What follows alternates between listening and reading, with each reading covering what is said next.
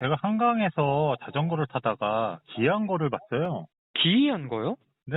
그게 한두 개가 아니라 수십 개는 좋게 넘어요. 도대체 왜 한강에 그런 게 있는지 밝혀주세요. 수많은 기이함의 정체는 뭘까요? 미스터리를 찾아 한강으로 갔습니다.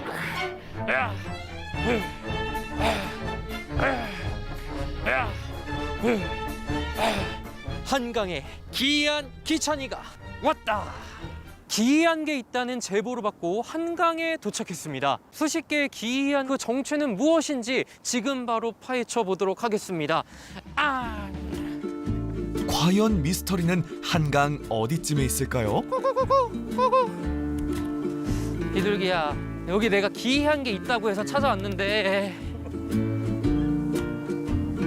안녕하세요. 그렇다면 시민들은 알고 있을까요? 한강에 기이한 게 있다고 해서 찾아왔는데 혹시 알고 계세요? 아니요? 한강에 기이한 게 있다고요? 네. 한강에 나들이만 많이 와봐서 기이한 거 못 봤어요. 아, 그러세요? 생하시는데 이거라도 드세요. 아유, 감사합니다. 맛있게 먹을게요. 네. 안녕하세요. 여기 한강에 기이한 게 있다고 해서 찾아왔거든요. 혹시 뭔지 알고 계세요? 아우 귀한 거 없어요. 이렇게 날씨도 좋은데 우리 한강을 그냥 즐겨요. 우리 같이 즐겨요. 그럼 출발! 넷이 걸어요. 바람 불면. 안녕하세요. 한강에 기이한 게 있다고 해서 제가 찾아왔어요. 혹시 뭔지 알고 계세요? 나 그거 알아. 그 여기서 여기로 돌아서 백호장만대로 걸로 가보면 알아 있어. 아버님, 정말 저의 은인이세요. 아니, 제가 지금 몇 사람한테 물어보고 왔거든요. 기이한 그런 게 없다고 해가지고 제가. 없어. 거기 가면 볼 거 많어. 아, 볼 거 많아요? 많아 가봐. 결정적인 단서 획득! 바로 전망대로 향했습니다. 저기 보세요, 저기. 전망대. 이번엔 미스터리를 찾을 수 있을까요? 와, 정말 탁 트인 안경. 와, 너무 좋다. 와. 피디님. 이거 뭐죠? 희한하게 생긴 게 앞에 쭉 있는데? 마른 풀들 사이로 보이는 건 정체불명의 기둥.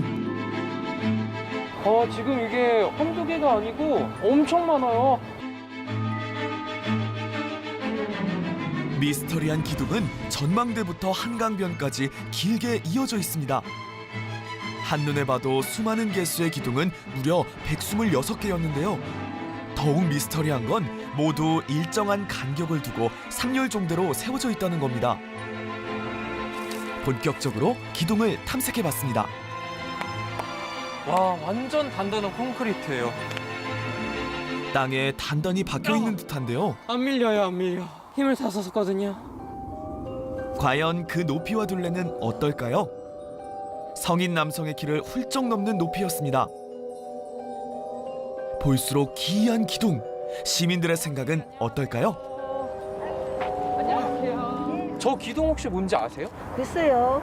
굉장히 오래되긴 했는데 그 용도는 잘 모르겠어요. 그러니까 우리 태어나기 전에 생긴 거니까 그렇게 말은 들었거든요. 네. 약간 비석 같기도 하고 근데 잘 모르겠어요. 그거 궁금은 해요. 기둥의 정체는 비석인 걸까요?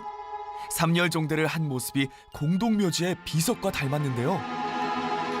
하지만 무덤 주인의 이름, 출생, 사망 연도가 적힌 비석과 달리 기둥엔 아무것도 적혀 있지 않았습니다. 비석이 아니라면 도대체 기둥의 정체는 뭘까요? 모양 자체가 되게 특이해요. 한쪽 방향을 지금 다 가리키고 있거든요.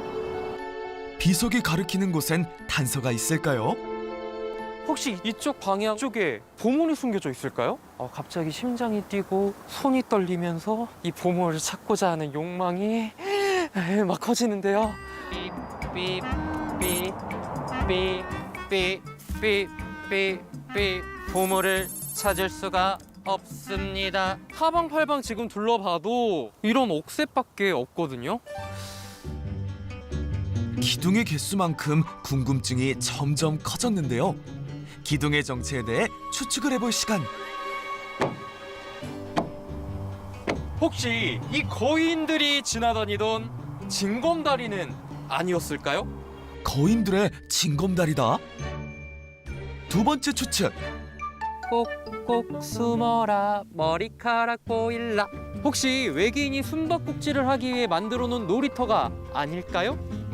외계인의 놀이터다. 마지막 추측. 이 다리 아니죠. 이 넘나드는 다리를 만들기 위해서 설치한 기둥들이 아닐까요? 교량을 만들기 위한 교각이다. 교각과도 비슷한 이 기둥. 도대체 정체가 뭘까요? 강물은 흘러갑니다. 아, 제3 한강교 밑을. 노래를 어쩜 그렇게 잘해요? 네, 이 오. 다리 밑에 이 교각을 보고 다리에 대한 노래가 또 생각이 나서 한 곡 뽑아봤습니다. 그나저나 누구세요? 궁금하시죠? 네. 네, 저는 문화관광 해설사 윤영주입니다. 아유 반갑습니다 선생님. 드디어 기둥의 정체가 밝혀질까요? 도대체 이게 뭔가요? 아, 이거는요. 네. 용의 이빨이에요. 용의 이빨이요? 아니 한강에 용이 살았어요? 기둥의 정체가 용의 이빨이라고요? 용의 이빨이 무시무시하잖아요. 그래서 용의 이빨처럼 생겼다고 해서 용치예요. 그 대전차를 막기 위한 콘크리트 구조물이에요. 용치는 전차를 막기 위해 만들어진 군사용 구조물입니다. 제2차 세계대전 당시 연합군을 막기 위해 독일군이 만든 대전차 장애물에서 유래된 건데요.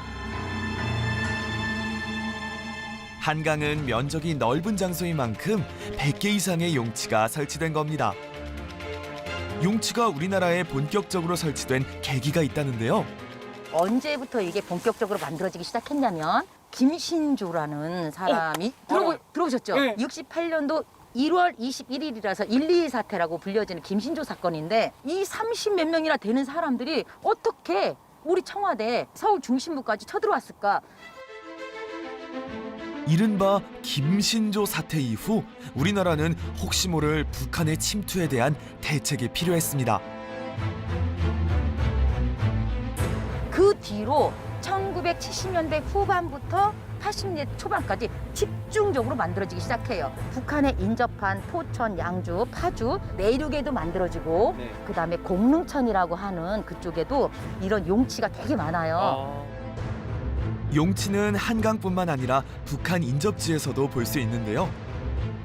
그렇다면 지금은 어떻게 사용되고 있을까요? 이 콘크리트 구조물이 방어적인 측면에서는 좋은 측면도 있겠지만 미관상 보기에도 좀 안 좋고 그리고 비가 많이 왔을 때 버무나마는 그런 일이 있기 때문에 또 이렇게 안 좋은 측면도 있어요. 용치가 하천 곳곳에 방치돼 골칫덩어리로 전락하고 있습니다. 하천의 상류에서 내려오는 나뭇가지나 부유물이 용치에 걸리면 물길이 막히게 됩니다. 이로 인해 물이 원활하게 흐르지 못하고 하천이 범람하게 되는 거죠. 이런 시설물조차도 우리가 사실은 아픈 역사지만 종전이 되고 그런 전쟁의 위협 속에서 좀 벗어나서 사라지는 날까지 기다려보는 건 어떨까 생각해요. 저도 그런 날이 빨리 오기를 기다리고 또 고대해야 될 것 같습니다. 한강의 기이한 기둥의 정체는 전차를 막는 방어시설인 용치였습니다.